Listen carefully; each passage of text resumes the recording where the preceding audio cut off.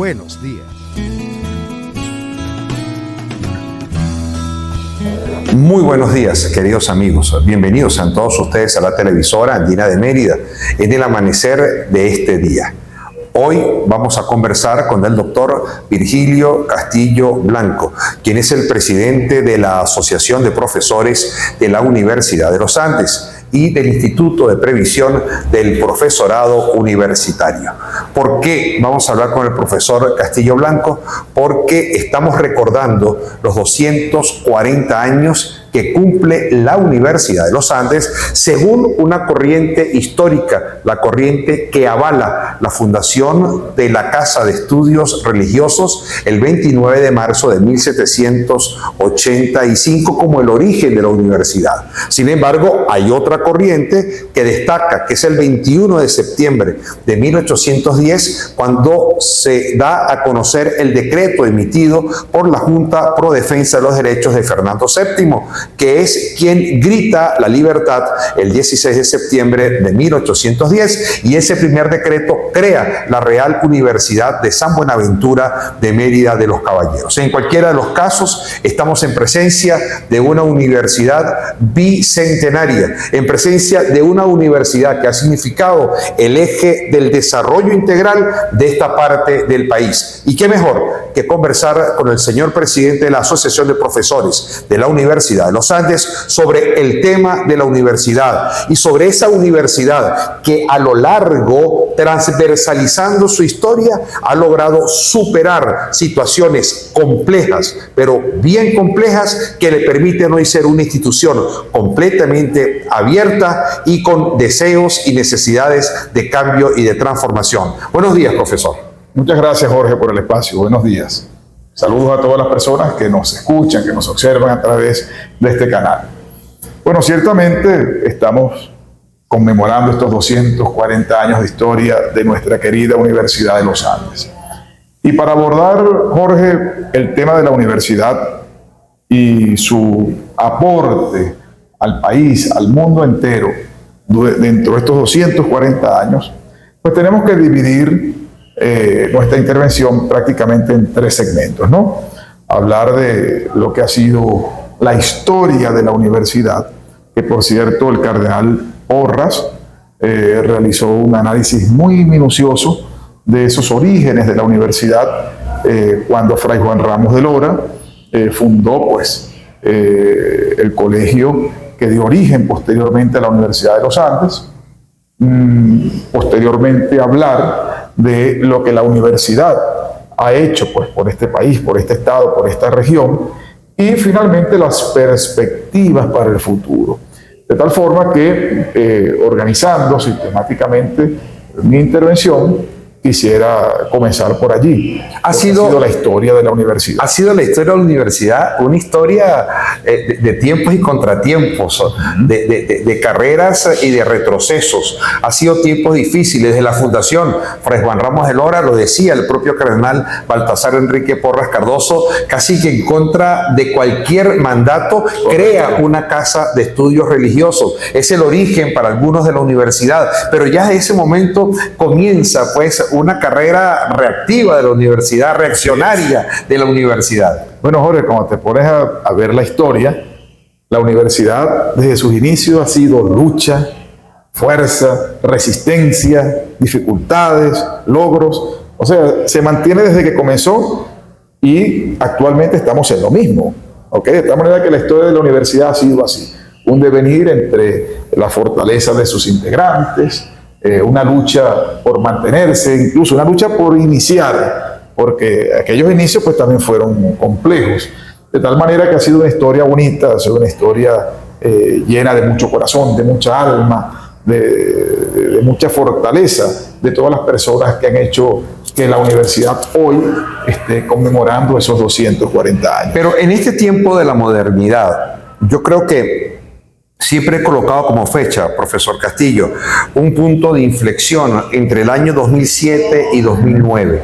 Creo que es a partir precisamente de 2007 cuando se descubre como una política pública contra la Universidad Autónoma Venezolana. Y esto se nota con los recortes presupuestarios. Aquella frase cliché, justo presupuesto ya, evidencia y toma fuerza a partir del año 2007, que es cuando comienza como el allanamiento de la autonomía universitaria en lo administrativo, en lo presupuestario. Luego se pretende hacer ese allanamiento en lo electoral y nunca se ha podido hacer en lo académico. Bueno, Jorge, fíjate, yo soy profesor en la universidad desde el año 2004. Cumplí en diciembre, en octubre, cumplí 20 años de profesor. Y desde que yo entré a la universidad, ya este problema está presente. La situación presupuestaria y la prácticamente ausencia de salarios. No salarios sin ningún tipo de poder adquisitivo. Por eso es que hablamos de ausencia de salario. Porque lo que están devengando, pues, quienes trabajamos en la universidad, es una cosa insignificante.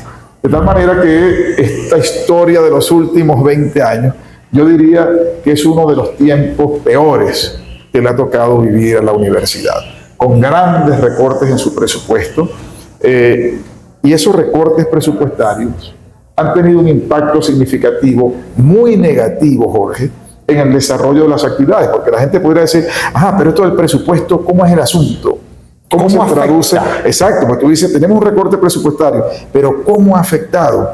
Mire, cuando comienzas a revisar el tema de la investigación, que es uno de los elementos medulares en la universidad, ves cómo ha disminuido dramáticamente el número de publicaciones, el número de revistas a lo largo de los últimos 20 años. Y eso tiene una razón, el financiamiento.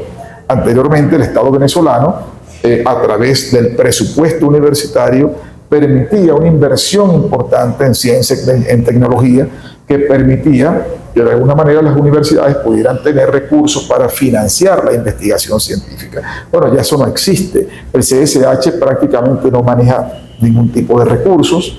Aparte de eso, se acabaron las ayudas para los investigadores, para la gente incluso que quiere hacer congreso fuera, que se quiere formar. Ya no hay ni siquiera planes de formación para los profesores, o mejor dicho, apoyos económicos para que los profesores puedan hacer sus planes de formación en el exterior o incluso aquí a nivel nacional. Anteriormente los profesores podían optar a hacer sus estudios de posgrado, de doctorado, en cualquier país del mundo, y la universidad cubría los costos y después la gente se venía al país y se mantenía acá para formar la generación de relevo y crear conocimiento con todo lo que aprendió fuera. Bueno, ya eso no existe.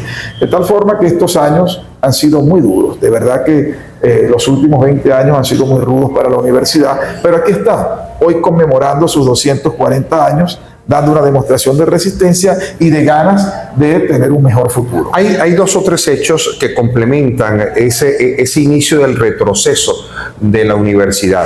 Y tangencialmente, año 2014, posteriormente, año 2017, y a partir del año 2017 hay un elemento que es seriamente preocupante, que es la existencia de una crisis humanitaria compleja, que es el preámbulo al COVID. Usted como médico sabe que el COVID no le llega a un paciente que fue Venezuela, un paciente sano, le llega un paciente que tiene una crisis humanitaria compleja. Entonces el ataque del COVID es mucho más grave, las secuelas son peores y la universidad intenta resistir a esos 3 o 4 elementos. 2014, 2017, situación humanitaria compleja, COVID, pandemia, cierre del país. Bueno, sí, Jorge. Fíjate que la universidad no es una burbuja en el país. Que el país está en una situación difícil, compleja, y la universidad va a estar perfecta. No. Lamentablemente la crisis del país ha afectado directamente a la universidad. Y recordemos los acontecimientos que ocurrieron en el 2014 y en el 2017. Eso trajo como consecuencia una diáspora enorme de universitarios. La universidad perdió prácticamente 2/3 de su matrícula. Cuando yo era estudiante eran unos 45.000 estudiantes. Actualmente en la nómina de la universidad hay alrededor de 700 alumnos, de 17.000 alumnos. Pero cuando tú vas a las aulas de clases, te das cuenta que una cosa es lo que está en la data y otra cosa es lo que está en las aulas de clase, las aulas vacías. Y lo otro es que hay muchos programas también que son totalmente a distancia, de tal forma que hemos perdido una matrícula importante, producto en gran medida pues, de la crisis que hay y de esos acontecimientos que marcaron a la universidad en los años 2014 y en el 2017. Pero no solamente los estudiantes, es que también hemos perdido profesores. ¿Okay? Cuando tú revisas todos los indicadores, por ejemplo, del Observatorio de Derechos Humanos de la universidad, etcétera, bueno, hemos perdido más o menos como un 30% de la nómina de profesores activos y peor aún, gente con formación de cuarto y quinto nivel, que muchas veces la universidad invirtió en ellos para poder formarse en distintas áreas del saber. Bueno, ese es el drama que vive la universidad, que lamentablemente la gente ha tenido que irse a buscar otros caminos, puesto que entre los salarios y la falta de apoyo institucional para el desarrollo de la investigación, bueno, aquí de verdad que las posibilidades cada día son más complejas. Es Virgilio Castillo Blanco, presidente de la Asociación de Profesores de la Universidad de los Andes, en esta mañana de Buenos Días, por la televisora andina de Mérida.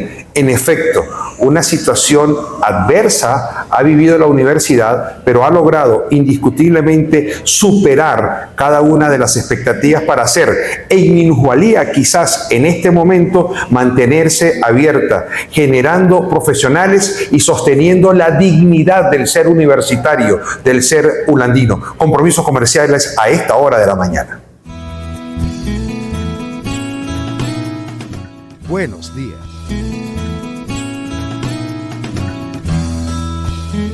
Seguimos en esta mañana de Buenos Días por la televisora andina de Mérida. Hay un elemento que yo creo, profesor Virgilio, que es ciertamente importante y lo marca el COVID y lo marca la pandemia.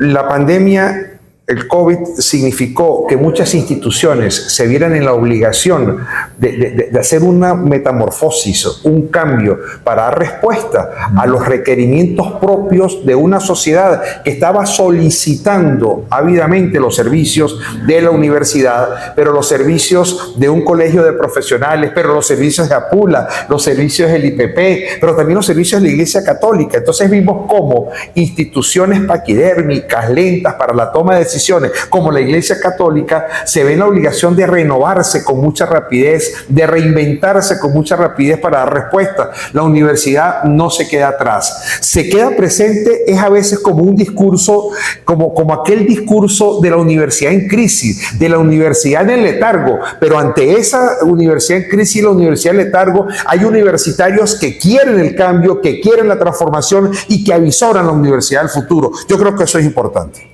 Bueno, Jorge, porque ahora está muy en boga el tema de las organizaciones inteligentes, y las organizaciones inteligentes son las que pueden salir adelante en medio de una circunstancia, adaptarse, tener resiliencia y buscar mecanismos para superar la crisis. No quedarse en el discurso lastimero, nada más que pobrecito yo, que pobrecito yo, que pobrecito yo. De allí que la universidad es un ejemplo clarito de esa situación. Los universitarios que decidimos quedarnos en el país, aquí estamos, parados, dándole con todo, haciendo nuestro mayor esfuerzo por seguir dando clases, por seguir investigando. Sin ánimo de criticar al que se fue. No, esa es otra cosa. El que se fue, se fue. Porque cada quien tiene su realidad. Así es su y propia aquí había realidad. gente que no tenía ni siquiera cómo darle comida a sus hijos. Y eso hay que respetar. Así ¿okay? es. Pero quienes decidimos quedarnos, bueno, tomamos la decisión por voluntad propia de seguir acá. Sostener la lucha. Dando lo mejor de nosotros, sostener la universidad, resistir, y aquí estamos. No vamos a decir que esto ha sido fácil, todo lo contrario, ha sido muy difícil. Pero bueno, si decidimos quedarnos, no es para estar dando lástima, es para enfrentar la realidad y con mucha solidez y con mucho optimismo salir adelante. ¿Y cómo se ha enfrentado? ¿Cómo esta generación ha enfrentado esas vicisitudes, esas angustias y esas adversidades para seguir hacia adelante y mantener lo que yo siempre he dicho que es la posición más revolucionaria de la universidad, las puertas abiertas? Porque los profesores, Jorge, o los universitarios en general, no queremos ser objetos de caridad. Los universitarios somos sujetos de derecho y tenemos derechos. El salario, la seguridad social, un presupuesto adecuado para poder desarrollar nuestras actividades en la Universidad de los Andes. De ahí nuestra lucha. Por eso tenemos toda la vida luchando contra este sistema que ha empobrecido a los venezolanos y que ha acabado con el presupuesto de la Universidad de los Andes. Razones sobran y las razones están ahí, de anteojito para todos, de tal manera que no ha sido una cuestión inventada por nosotros, todo lo contrario, es una realidad tangible que se ve en cada rincón de la universidad. Pero además creo, profesor Castillo, que usted tiene en sus manos la posibilidad de dar ejemplos muy claros. Mire, a veces yo me pregunto en lo personal, ¿cómo hace la Asociación de Profesores de la Universidad de los Andes? ¿Cómo hace el IPP para que en la peor crisis para algunos tenga el mayor crecimiento real, correcto, tangible, que ha logrado mejorar el servicio en la procura de coadyuvar a la mejora de la calidad de vida del profesor universitario activo, jubilado, pensionado y de su familia? ¿Eso cómo se logra? Es entonces la consecuencia de ese discurso resiliente, es la consecuencia no de un discurso aturdido por la crisis, sino de un discurso prometedor, con esperanza y con acción y con gerencia efectiva. Porque resiliencia no significa conformarse, todo lo contrario. Resiliencia significa aceptar la realidad y buscar mecanismos para transformarla en procura de avanzar y salir adelante. No quedarse simplemente en el discurso de que pobrecito yo. Nosotros visualizamos, Jorge, esta situación que iba a ocurrir con el gremio mucho tiempo atrás. Por ejemplo, así como a la universidad le quitaron el presupuesto, también se lo quitaron al IPP. El IPP no recibe un centavo del Estado venezolano. Pero también nos quitaron los recursos de la PULA. Eso lo venía yo y el equipo pues visualizando desde hace mucho tiempo. Y con bastante tiempo nos fuimos preparando para ese momento. Por eso es que la asociación no ha cerrado, por eso es que el IPP no ha cerrado. Otras organizaciones se vieron obligadas a cerrar. Pero algunos pudieran decir, profesor, caramba, pero usted habla con ligereza porque se olvidó decir que recibe los dineros del Fonprula. Ajá, bueno, voy para allá. Como si solamente usted los recibió. Ajá, no es que el IPP recibe los dineros del Fonprula. Nosotros buscamos ese convenio, previendo que nos íbamos a quedar sin los recursos del Estado. Porque eso antes no se lo entregaban al IPP. El convenio con Fonprula es apenas desde el año 2018 para acá. Antes no se recibían. ¿Y por qué comenzamos a recibirlo? Porque nos dimos cuenta que el Estado venezolano en algún momento le iba a sacar la silla al IPP. Iba a dejar a los profesores guindando, sin seguridad social, sin seguro y sin nada, como en efecto ocurrió. Y eso lo logramos prever y presentamos proyectos a Fonprula y logramos conseguir recursos por parte del fondo. Pero no nos quedamos solamente con los recursos del fondo, sino que ideamos todo un mecanismo que permite también la generación de ingresos propios dentro del IPP para pagar los gastos de funcionamiento. De tal manera que el IPP ahora está en mejores condiciones que antes porque tiene la capacidad de generar ingresos propios por las diversas actividades de salud que realiza. ¿Cuáles son los números que maneja el IPP? Si se recuerda, quizás ese no era el centro de la entrevista, pero creo que es importante cuando uno habla de la universidad, hablar de una experiencia exitosa en la universidad. Bueno, en el año 2024 se manejaron más de 4.700 atenciones. Y en el año 2023 fueron 3.500, en el 2022 fueron 1.500 y así hemos ido creciendo poco a poco. Fíjate que cuando el COVID, en vista de que no teníamos tantos recursos para atender a tanto profesor y afiliado que a cada rato vivía ingresando a las clínicas, ideamos un plan de atención domiciliaria. Y creamos todo un equipo de médicos, enfermeras, bioanalistas, íbamos a la casa de los profesores y comenzamos, a ver luz desde el punto de vista económico, porque ya teníamos con qué poder ayudar a todo el mundo y darle las medicinas y la cosa. Y como lo atendíamos en la fase inicial, la mayoría no llegaba a temas ya de complicaciones. Bueno, una vez que lo del COVID disminuye, bueno, quedamos con ese programa y lo convertimos ahora como un plan de atención domiciliaria de cualquier tipo de emergencia y actualmente lo tenemos. Eso nos ha permitido bajar los costos enormemente porque atender al paciente de esa manera prácticamente es un tercio del costo que atenderlo en una clínica. ¿Okay? Y eso nos ha permitido ahorrar recursos para poder ayudar a más profesores, a más familias. Mejorando la calidad de vida con un servicio de excelencia médico-asistencial. Bueno, eso no lo tiene ninguna otra organización gremial. No solamente en la ULA, en el país. Recientemente nuestros amigos de la Universidad Central lo contrataron con terceros, con una empresa que se llama, una de estas empresas que presta servicios recientemente, creo que desde el año pasado, lograron montarlo y ya tienen ese servicio, gracias a Dios, allá los buenos amigos de la central. Nosotros lo tenemos aquí desde hace 3 años funcionando perfectamente y vamos a las casas y ya tiene presencia en Táchira, tiene presencia en Trujillo. En también. materia de consultas, ¿cuántos médicos especializados, cuántas especialidades se atendían, doctor? Mira, tenemos prácticamente todas las especialidades cubiertas en el IPP. Lo único que nos falta es un dermatólogo, que no conseguimos dermatólogos porque son muy poquitos aquí en la ciudad. Pero bueno, ojalá pronto podamos tener algún convenio con algún dermatólogo y que nos atienda a los pacientes allá en el IPP. Pero el resto de las especialidades las tenemos todas, Jorge. Y eso ha venido en crecimiento. Y eso no existía antes, Jorge. ¿Qué era el IPP anteriormente? Una oficina como un seguro. La gente iba allá, metía una carta aval y se iba a hacer por fuera solamente HCM, más nada. Hospitalización, cirugía y maternidad. Ahora tenemos servicio de consulta de todas las especialidades, servicio de imágenes, servicio de laboratorio, tenemos servicio de odontología, seguimos teniendo el programa de hospitalización, cirugía y maternidad. En fin, hemos crecido. Obviamente, a FONPRULA ha significado un apoyo importantísimo para el gremio, pero es que esos recursos sin una buena gerencia no hubiesen rendido tampoco y no hubiesen dado para atender a tanta gente y no hubiésemos invertido en crear un mecanismo de atención médica que ahí está para siempre. ¿Ves? Porque si mañana no se pueden seguir entregando los recursos por parte de FONPRULA al IPP, el IPP ya no desaparece. Ahora, ante ese ejemplo de una gestión exitosa en la universidad, que es APULA IPP, ¿qué requiere la universidad para tener esas experiencias exitosas? Bueno, allí el año pasado, lamentablemente, nos frustraron ese proceso de cambio y transformación que veníamos impulsando con la suspensión de las elecciones universitarias. El año pasado el Estado venezolano decidió paralizar el proceso electoral, lamentablemente, de tal forma que esperamos que podamos impulsarlo de la mejor manera y que podamos tener pronto elecciones universitarias. Es el profesor Virgilio Castillo en esta mañana de Buenos Días por la televisora Andina de Mérida. Compromisos comerciales a la vuelta, parte final de esta interesante conversación en la mañana de este día. Buenos días. Seguimos en esta mañana de Buenos Días por la televisora Andina de Mérida.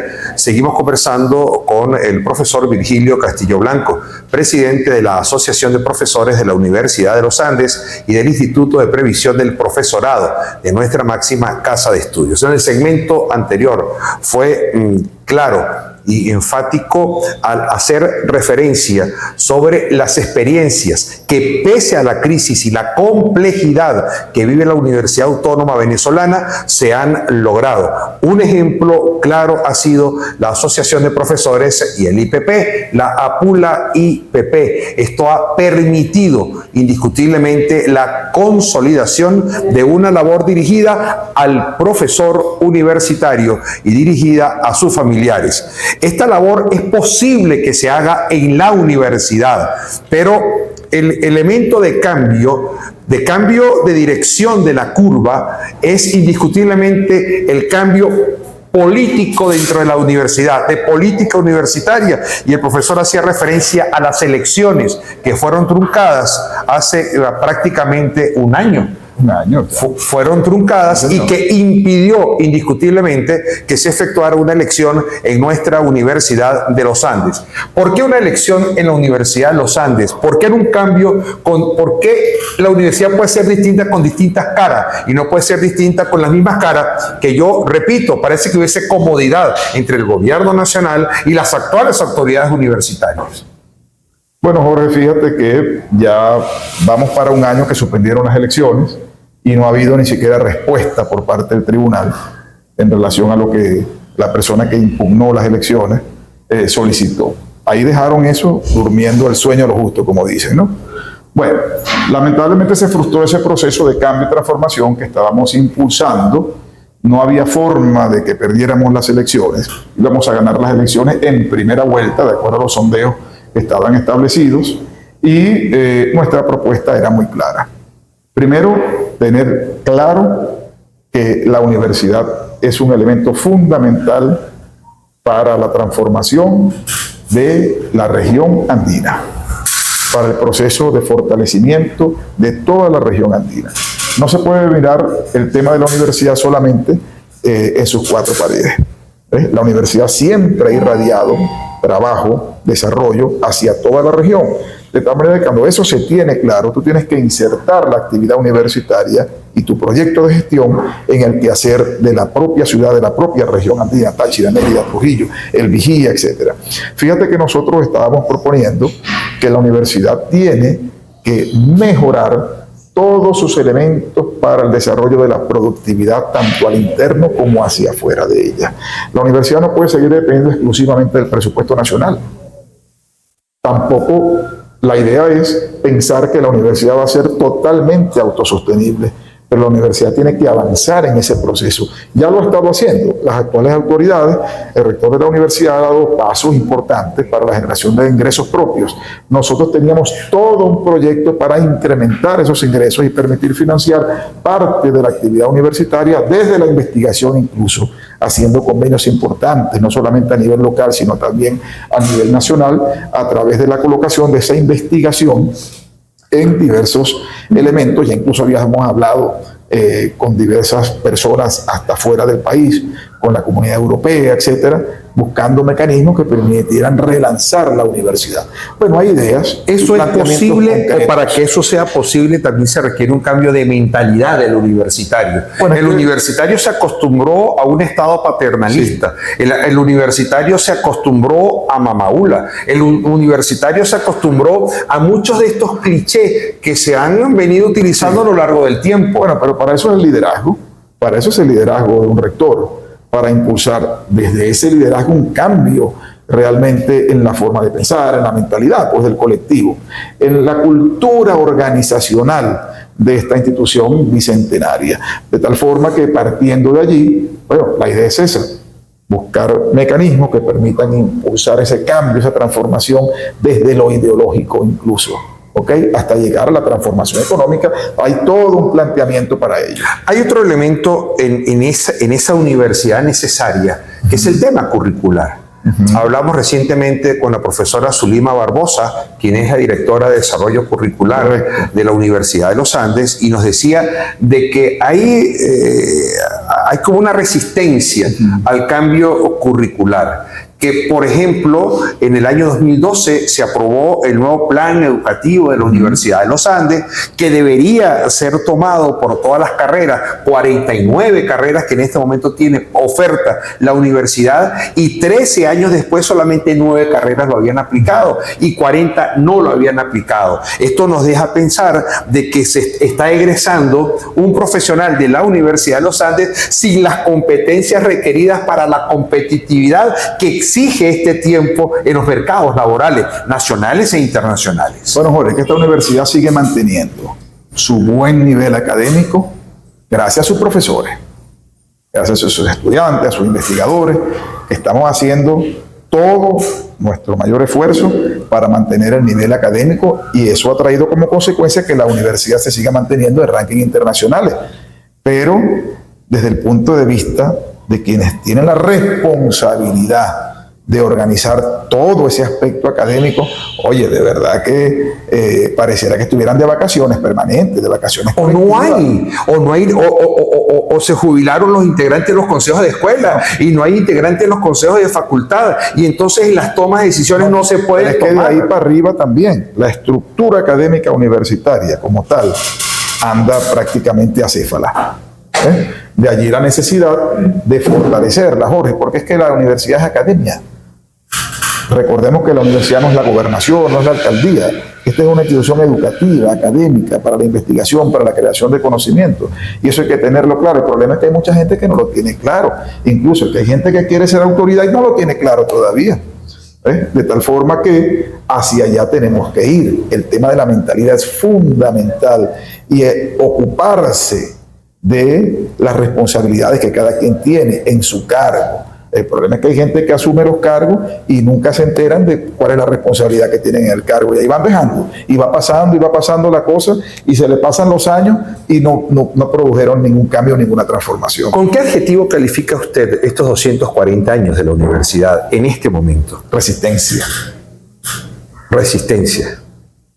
Si me pides un solo adjetivo, bueno, vamos a decir, en los últimos 20 años, pues mucha resistencia. Mucha resistencia. Y la resistencia se vence. Mira, pareciera que no, porque ya tenemos un poco de años en esto y seguimos resistiendo y vamos para adelante. Ahora es que nos queda, ¿no? Pero definitivamente, Jorge, esto ha sido una prueba de resistencia que hemos tenido todos los universitarios. Esta universidad se ha sostenido en gran medida porque quienes trabajamos en ella decidimos mantenernos con los ingresos extras que cada quien genera en sus actividades, algunos con las ayudas familiares, otros con sus trabajos, otros con el libre ejercicio, otros tienen un negocio, etcétera, y seguir trabajando en la universidad porque creemos en la educación, creemos en esta institución, creemos en el impacto que tiene para el desarrollo sostenido de la región y del país. Pero si vamos a ver, aquí no hay salario, aquí no hay seguridad social, aquí no hay ningún atractivo desde el punto de vista laboral para que la gente se quede trabajando en la universidad. De tal forma que aquí la gente está por amor, por convicción, por ayudar al prójimo. Se financia para ir a trabajar. Bueno, estamos trabajando por fuera para financiar nuestra actividad universitaria. La Universidad del Futuro es una universidad de esperanza, es una universidad cierta, es una universidad posible. Sí, pero tú sabes que es de esperanza, más no de ilusiones. Tú sabes que el que vive de ilusiones muere de desengaño. Pero la esperanza es un elemento fundamental para la vida. Si no hay esperanza, no hay vida. La gente pues, se le bajan los ánimos. Al contrario, por supuesto que vamos a salir de esto. Y el país se va a enrumbar por un mejor camino. Vamos a echar para adelante. La universidad tiene con qué, lo ha demostrado. Son 240 años de historia y no la ha derrotado nadie. Y así seguirá. La universidad seguirá por siempre. Y en algún momento ya no estaremos aquí. Y la universidad estarán nuestros hijos, estarán nuestros nietos, y ahí seguirá la institución. Palabras finales. Bueno, la universidad en estos 240 años llama a todos sus hijos, a sus buenos hijos, por supuesto, porque también la universidad lamentablemente tiene unos malos hijos, y muchos están en el gobierno, que después que llegaron al gobierno se olvidaron de la universidad, y ni siquiera miran para acá. Pero llama a sus buenos hijos a ratificar su compromiso por su mantenimiento, por su sostenibilidad, por su desarrollo. Llama a sus hijos a seguir luchando por ella, a creer en ella y a fortalecerla cada día con esperanza, con vocación de servicio y con ganas de tener un mejor país. Definitivamente un eje ha transversalizado a la Universidad Autónoma Venezolana y en especial a la Universidad de los Andes. Y ese eje ha sido la dificultad. Desde el 29 de marzo de 1785, cuando aquel primer obispo, Fray Juan Ramos de Lora, fundó una casa de estudios religiosos contra todos los argumentos del rey, pero tenía un amigo en la corte que se había creado con él en Andalucía, y eso facilitó mucho que Carlos III no afectara la decisión o la tamaña decisión que había tomado en ese momento el obispo, el primero, de crear esa casa de estudios religiosos. Bueno, a partir de ahí comienza una época o comienza un tiempo. Hoy, 240 años de complicaciones, de adversidades, también de buenas noticias y también de crecimiento. Hemos tenido en la Universidad de los Andes momentos ciertamente importantes. Hoy, a los 240 años, hay un adjetivo que es resistencia. Lo acaba de señalar el profesor Virgilio Castillo Blanco. Pero también creo que hay una necesidad, que es la necesidad de cambio y de transformación, de poder enfrentar este nuevo tiempo con ideas, con una gerencia creativa, con una gerencia que piense en la comunidad universitaria, pero que piense fundamentalmente en el crecimiento y en el fortalecimiento de toda una región, la región de los Andes, tomando las palabras que ha dicho el profesor Castillo. Y a partir de ese momento poder emprender lo que siempre fue el eje fundamental del desarrollo. Es que, Virgilio, el Producto Interno Bruto de esta región creció en torno al sector terciario, donde la universidad jugaba un rol importante. Eran más de 10.000 personas entre profesores, personal administrativo, técnico, obrero. Eran 45.000 estudiantes para llegar a ser lo que hoy somos. Con salarios en promedio de $2.000. Ahora los salarios son $6, $5. Ese es el promedio de hoy en día y esa es la diferencia. Pero la universidad resiste. Y la universidad resiste para provocar los cambios que son obviamente necesarios. A ustedes muchísimas gracias. Gracias, profesor, por habernos recibido en esta mañana. Y a ustedes muchísimas gracias por la atención. Que tengan feliz resto del día. Televisora Andina de Mérida presentó.